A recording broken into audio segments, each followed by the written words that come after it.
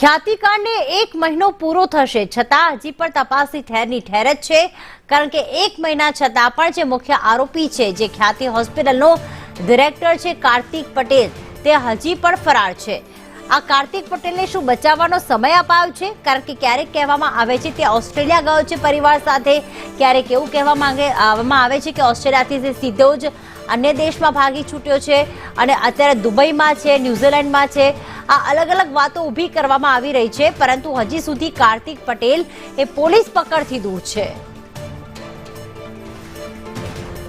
જિગ્નેશ અમારી સાથે જોડાઈ ગયા છે। જિગ્નેશ, સીઈઓ ને ઝડપી લેવામાં આવ્યો, ડોક્ટરને ઝડપી લેવામાં આવ્યો, પૂછપરછ કરવામાં આવી, પરંતુ જે મુખ્ય ડિરેક્ટર છે, જે મુખ્ય આરોપી છે કાર્તિક પટેલ, હજી પણ પોલીસ પકડથી દૂર અને 1 મહિનો થવા આવ્યો છે આ આખા કાંડને। શું વિગતો, પોલીસ શું કાર્યવાહી કરી રહી છે, અપડેટ શું છે?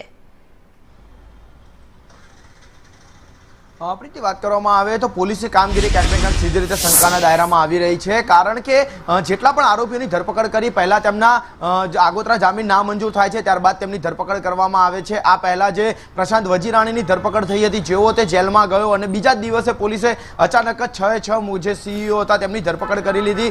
ત્યારબાદ જે કહી શકાય કે સંજય પટોડિયાના જેવા આગોતરા જામીન અરજી રદ થઈ, ત્યારબાદ તરત જ તેની ધરપકડ કરવામાં આવી।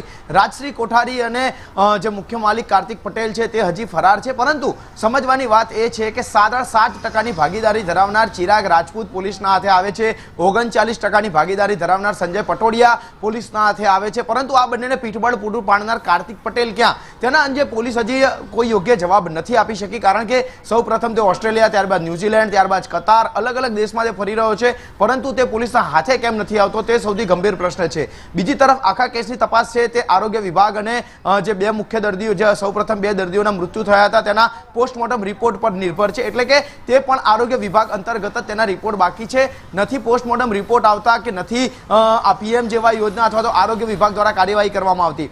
પ્રશાંત વજીરાણી કે જેને તમામ ઓપરેશન કર્યા હતા, 112 થી વધુ દર્દીઓના જે મૃત્યુ નિપજ્યાના ચોંકાવનારા ખુલાસા થયા છે, તેમાં જે પ્રશાંત વજીરાણી છે તેના માત્ર 3 વર્ષ માટે તેનું લાયસન્સ સસ્પેન્ડ કરવામાં આવ્યું, પરંતુ જે હોસ્પિટલના બેડ પર આ તમામ ઓપરેશન થયા છે તે ખ્યાતિ હોસ્પિટલે શા માટે હજી સીલ મારવામાં નથી આવ્યું તે સૌથી ગંભીર પ્રશ્ન છે। બીજી તરફ આ કેસમાં જોવા જઈએ તો પોલીસ અને આરોગ્ય વિભાગ દ્વારા જે આરોગ્ય વિભાગ પાસે માહિતી પોલીસે માંગી છે તેની હજી પૂરતી માહિતી પોલીસ સુધી નથી પહોંચી। પછી તે પીએમજેવાય યોજના હેઠળ જે ખાનગી જે એજન્સી છે તેને રૂપિયા ચૂકવ્યા હોય, ઇન્સ્યોરન્સ એજન્સી, અથવા તો જે આરોગ્ય વિભાગના રિપોર્ટ છે તે હજી સુધી નથી મળ્યા અને 112 દર્દીઓની તપાસ માટે કે જે દર્દીઓના મૃત્યુ થાય છે તેના માટે હવે એક નવી એસઆઈટી રચવાની વાત કરવામાં આવી રહી છે। એટલે કે એક તરફ ક્રાઇમ બ્રાન્ચ તપાસ કરી રહી છે અલગ અલગ 3 કેસોની, પ્લસ દારૂના ગુના અને હજી જેટલી અરજીઓ પેન્ડિંગ છે તેની, તો બીજી તરફ હવે એસઆઈટી તપાસમાં જોડાશે, જે આરોગ્ય વિભાગ અને ક્રાઇમ બ્રાન્ચ સાથે સંલગ્ન કરી આખા કેસની તપાસ કરશે। પરંતુ અત્યારે જે ઢીલી નીતિ અથવા તો જે કામગીરી મોડી ચાલી રહી છે તે ક્યાંક ને ક્યાંક પોલીસ અને આરોગ્ય વિભાગના માથે